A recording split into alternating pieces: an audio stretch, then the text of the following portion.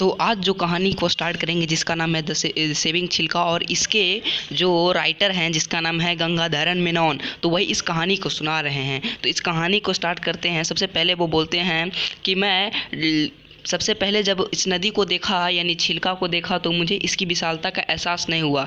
मैं भुवनेश्वर से उतरते हुए नॉर्थन वेस्ट साइड से इसे देख रहा था, और वहाँ पर एक विलेज के द्वारा मैं आगे बढ़ रहा था, और उस विलेज का नाम था मांगल जोड़ी। और धीरे धीरे मैं आगे बढ़ा, तब मुझे एक नैरो पाथ मिला, यानी बहुत ही पतला पाथ मिला, और उस पे चलते चलते मैं एक ऐसे जगह पे पहुंच गया जहां पर बंड था, यानी एक ऐसा जगह जहां पर मिट्टी और पत्थर का यूज़ करके एक बांध बनाया जाए, ताकि कुछ क्षेत्र कुछ एरिया को पानी के बहाव से बचाया जाए, पानी के बहाव से उसे वो हिस्सा डूब नहीं जाए, जिसके कारण कुछ मिट्टी और पत्थर से उस जगह को बांध की तरह बनाया जाता है। और उसके बाद उन्होंने उसी जगह पर से उन्होंने वहाँ पर देखा कि ओपन वाइल्ड स्टॉक यानी ओपन वाइल्ड स्टॉक जो है पक्षी का नाम है, वो उथलता पानी में था, और उसके साथ एक दो पक्षी और थे, और एक का नाम जिसमें था स्ट्रिक्ड वारवेलर्स, जो सब मिलके एक चहचहाने का आवाज़ निकाल रहे थे,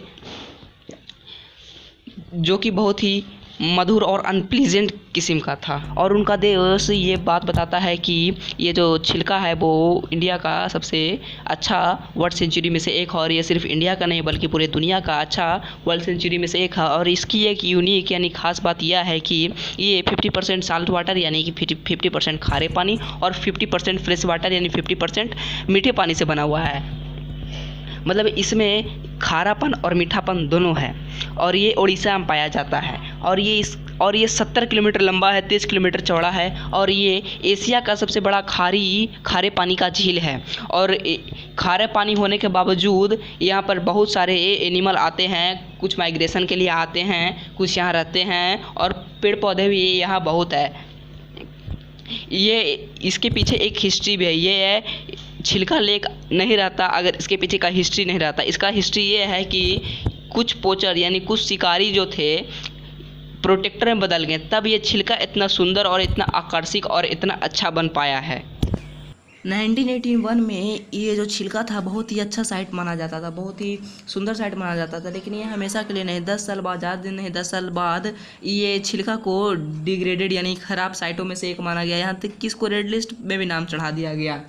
और वहीं 1981 यानी 10 साल पहले यहाँ पर बहुत सारे बायोडाइवर्सिटी यानी ढेर सारे पौधे और प्लांट अगर एक साथ रहें तो उसको बायोडाइवर्सिटी कहते हैं। यहाँ पर बहुत ज़्यादा बायोडाइवर्सिटी था, और इसके ख़राब होने के पीछे दो कारण हैं। सबसे पहला कारण तो ये है कि यहाँ पर जो है पोचिंग बहुत ज़्यादा होता है, यानी शिकारी बहुत हैं, जिसके कारण वो शिकार करते हैं और पक्षियों को मार देते हैं, जिसके कारण यहाँ का जो इकोसिस्टम है वो गड़बड़ हो जाता है।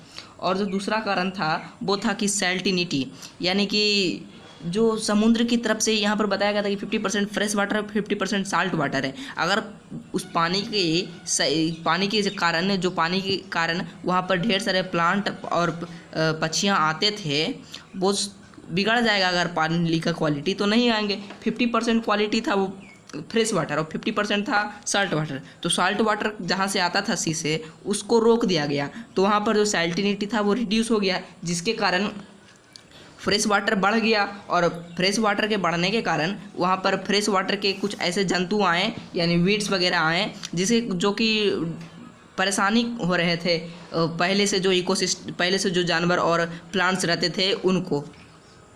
तो यार दो कारण हो गया, पहला तो वहाँ पर शिकारी ज़्यादा थे, और दूसरा यहाँ पर सैल्टिनिटी की कमी होगी क्योंकि सी वाटर को रोक दिया गया। और ये सब जो हो रहा है वो बताया जा रहा है गंगा दर्शन के दोस्त इस कहानी को बता रहे हैं। और फिर वो आगे बताते हैं कि ये उस समय था जब नंद किशोर वापस आया था, नंद किशोर भुजाबल, और ये एक यंग लड़के के रूप में वापस आया था। और ये वापस क्यों आया था? क्योंकि इसने एक बार एक इग्रेट जो कि पक्षी का नाम है उसे एक बार लेक के पास में जाके शूट किया था यानी मारा था, और उसने देखा कि वो अपने मुंह में एक ट्विग यानी छोटा सा ट्विग लिया हुआ था जिसे वो अपना घर वगैरह बनाते थे, और उसे लगा कि उसे नहीं मारना चाहिए था। वो पक्षी फड़फड़ा कर तड़प रहा था और उसे बहुत ही दया आया उस पक्षी पे। तो उसने सोचा कि अब नहीं, अब हम इस गांव वाले को इस गांव वाले से बात करेंगे और इसे पोचिंग यानी शिकार को रोकेंगे।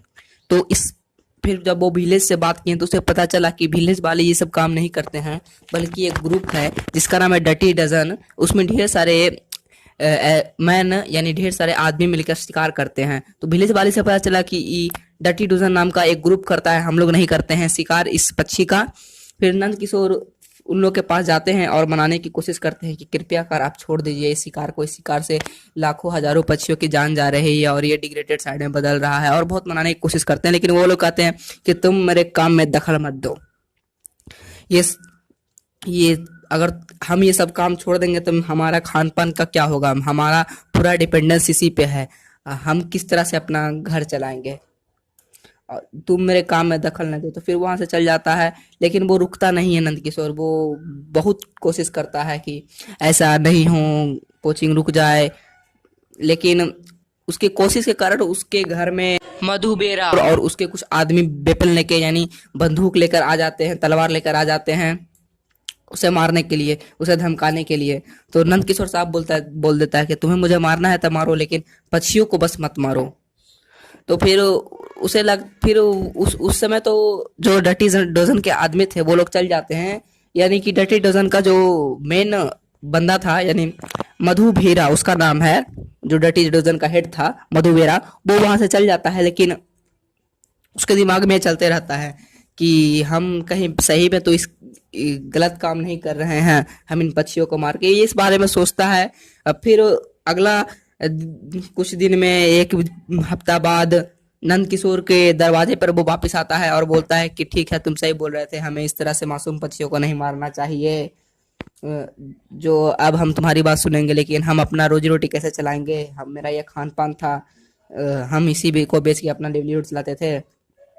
तो वो लोग बोलता है कि तुम चिंता मत करो, तुम अगर ये काम कर रहे हो तो मैं भी तुम्हारा जरूर मदद करूंगा। तो फिर वो लोग अपना जितना भी वेपन थे वो छिलका लेक में बिक देते हैं। उसके बाद वो लोग बहुत फिर ऑफिशियल से बात करते हैं, जो लेक छिलका लेक के ऑफिशियल से, यानी वहाँ पर गवर्नमेंट से हेल्प लेते हैं।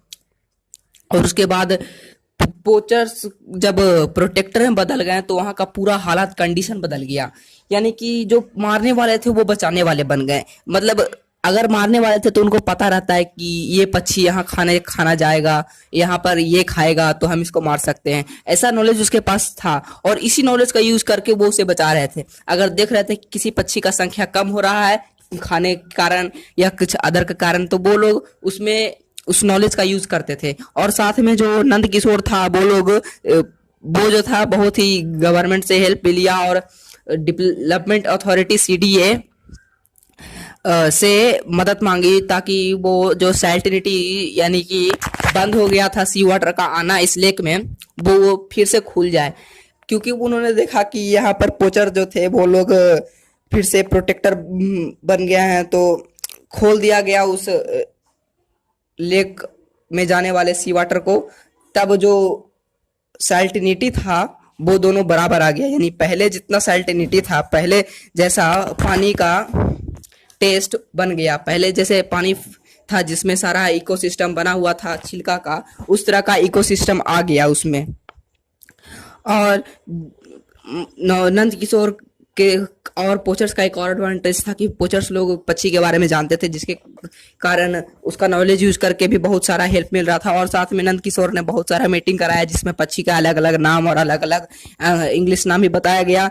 साथ में पोचर्स को जो टूरिस्ट आते थे उनके लिए बनाया गया कि अब वो सही से टूरिस्ट को दिखा पाए कि ये चिड़िया इधर मिलेगा, इससे भी नौकरी मिल जाता था। उसके बाद प्रोटेक्टर का भी नौकरी मिल जाता था।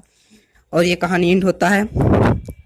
और फिर 2002 में छिलका को रेड लिस्ट से भी हटा दिया गया और वो अब इतना सुंदर दिख रहा है। ये सब सुनाया गया था गंगाधरन के दोस्त ने, ये सब सुनाया गंगाधरन को।